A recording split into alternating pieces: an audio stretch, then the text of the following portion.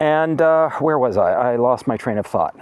Yeah, when I was in prison, and I told the other prisoners how I'd been detained in April of 22 and told in no uncertain terms not to leave the country, the prisoners laughed and they said, "You idiot." They were leaving the door open for you to leave. They wanted you to leave, you know, less hassle for them. And me, of course, you know, retrospectively, it's obvious, but at the time, I said, no, I can't do anything. They're telling me to stay, so I must stay, you know, like an idiot. That's simple as that. So anyway, insofar as my current, status of being out on bail, and the judge was very clear that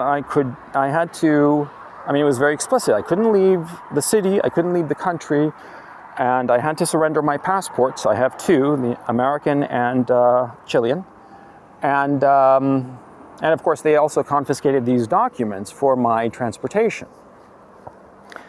And yet, when I was released on bail, they gave me all the stuff back. They didn't put the electronic monitor, and they allowed me to keep my passports. And what's more, when I went to the SBU offices to retrieve my driver's license and my registration cards and my Chilean identity card, they asked me, you know, and do you have any identification other than this stuff? Oh yeah, I have my passports. Oh, and you didn't surrender them? No, I have it right here. I said, like an idiot. And they were like, oh, okay. And so these are the options that I have.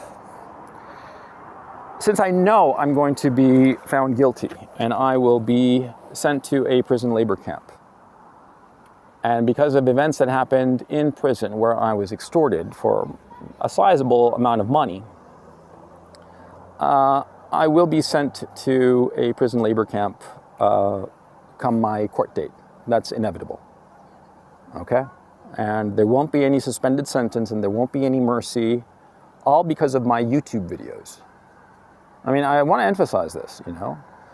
In the indictment, if you read it, you will see that the prosecutor himself says that I committed no crime against any person or property, and that my crimes are literally speech crimes, saying things that the government doesn't like.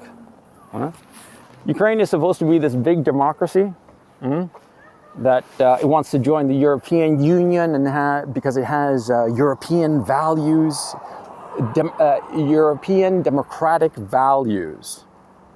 What higher value does a democracy have than free speech?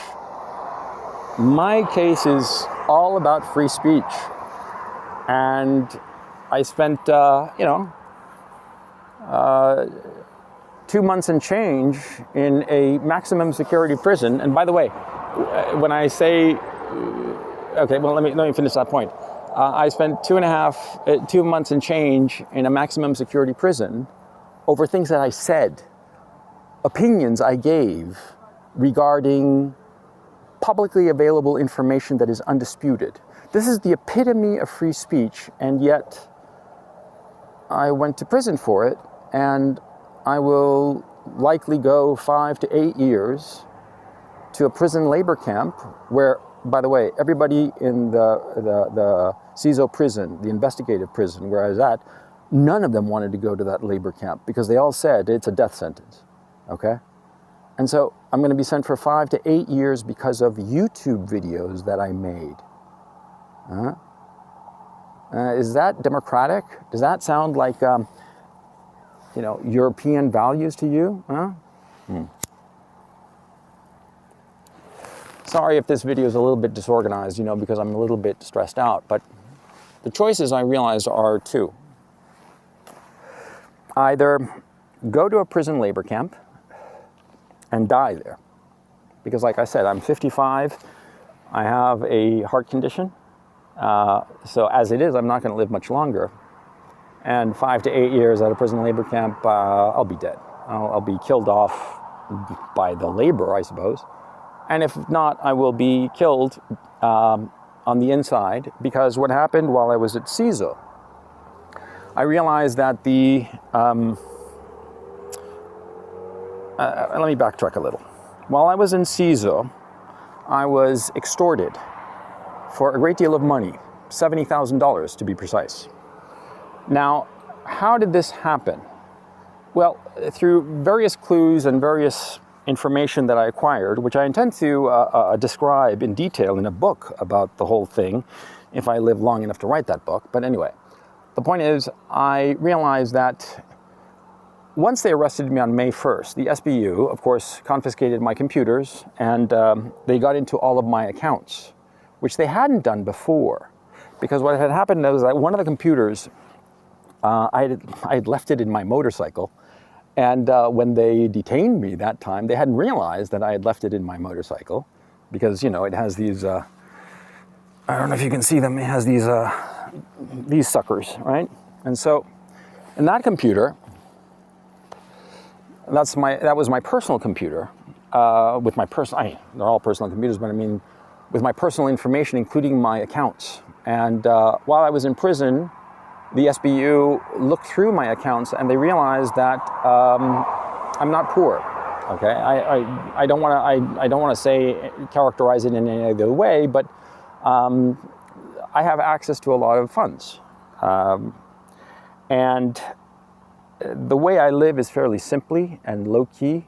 I don't even own a car because I was fortunate enough to earn a great deal of money as a writer when I was very, very young. And so I went through that phase of buying all the toys and all the crap that you really don't need to make your life happy. But I was young and I thought that I needed that crap. And so I bought it. And then I realized, of course, it didn't make me particularly happy. And now, as a much older and hopefully wiser man, I don't have any of that crap. I don't need it.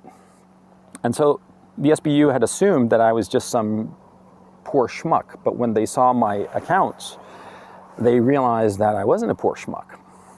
And so what happened was that they got the prisoners in CISO, in one of the 4 cells I was in, the last one, the worst one.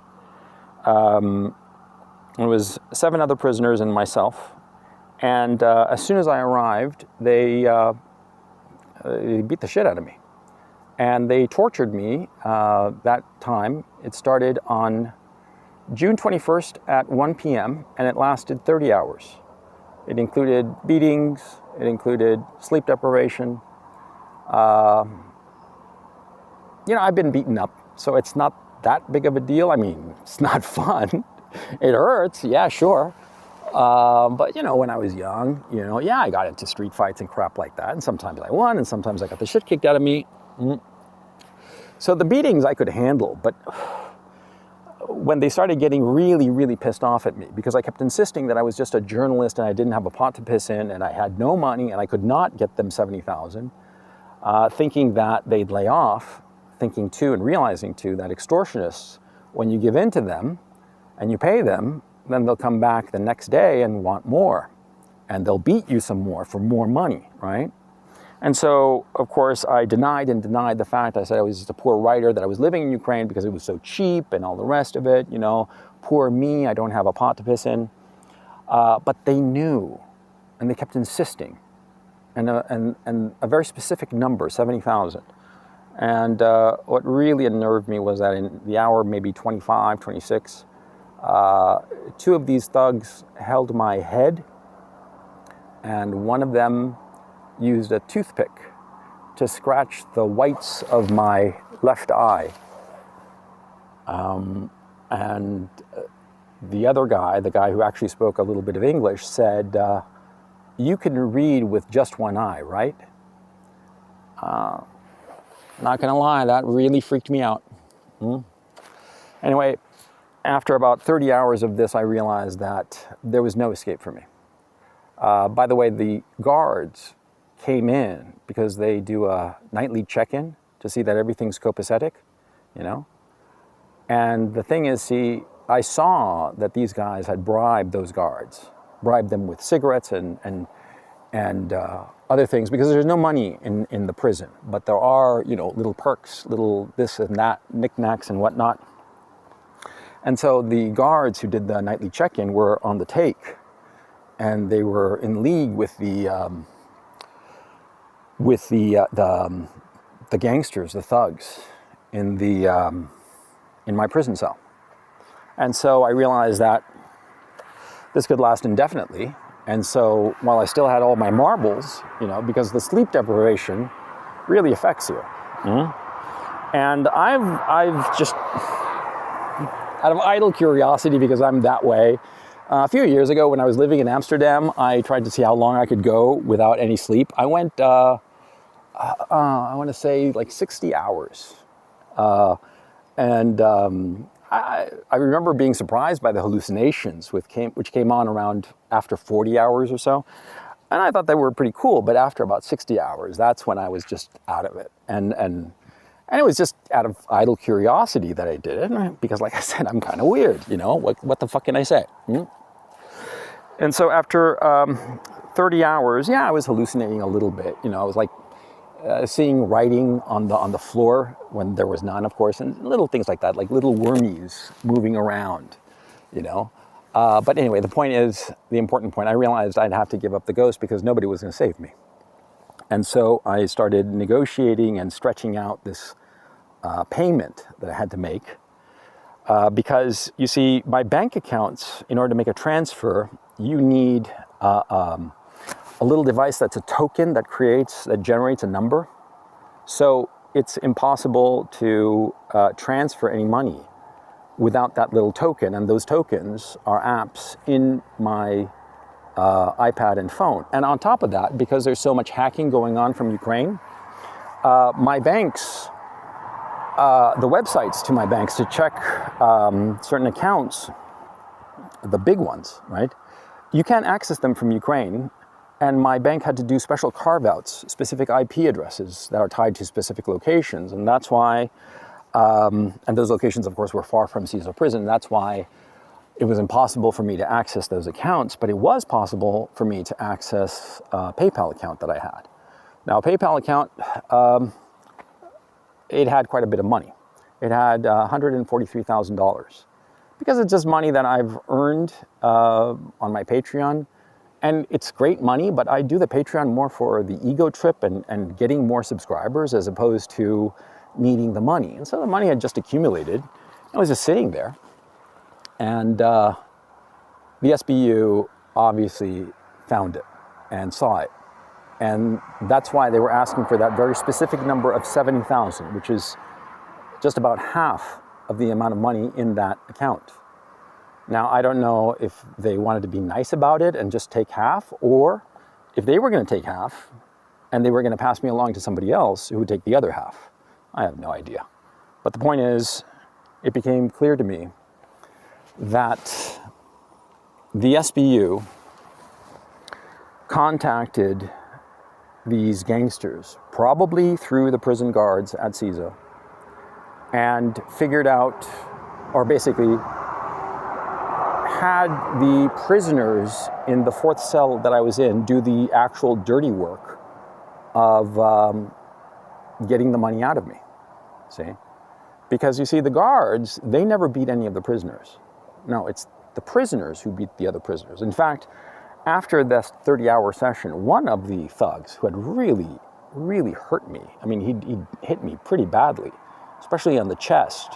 He hit me like right here on the sternum, repetitively and so hard that it left this huge bruise.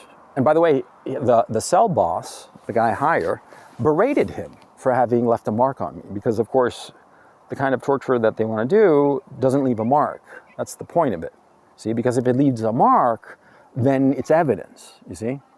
So anyway, that prisoner who beat me so relentlessly over that 30-hour stretch, after, you know, as we're trying to figure out a way to get this cash to these gangsters, these thugs,